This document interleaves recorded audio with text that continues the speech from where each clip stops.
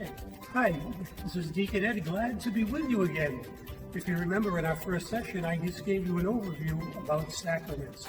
Today I want to talk about the sacrament of baptism and why it's so important.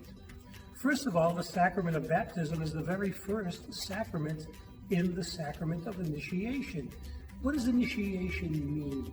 Initiation means that now you are being inducted, joining a group, and the group is the church, the body of Christ.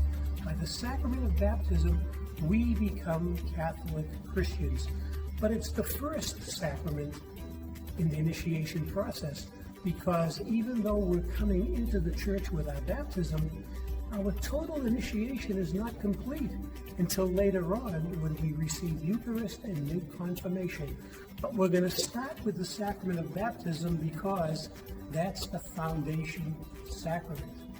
In the sacrament of baptism, we use three symbols. We have water, we have holy oil, we have a candle, and we have a white garment. And I'm going to explain as we go along how each one of these symbols fits into the sacrament. But the first and most important thing is, at the beginning of every baptism ceremony, the priest or the deacon asks the parents and godparents two questions. The first question is, what name have you given your child? And the parent answers, Mary Lou. And then I ask, and what do you ask of God's church for Mary Lou?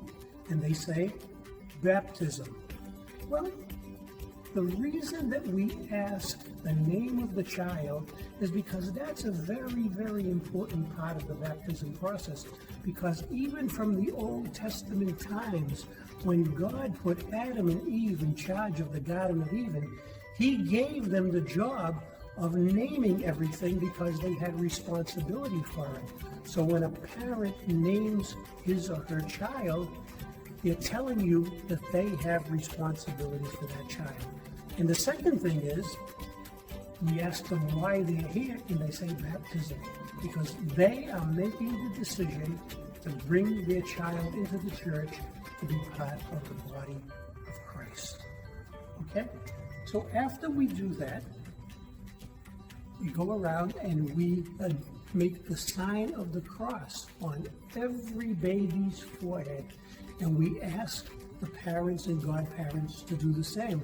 And I say, my dear children, we welcome you with great joy, and I claim you for Christ by the sign of the cross that I'm going to trace on your forehead, and I ask your parents and godparents to do the same.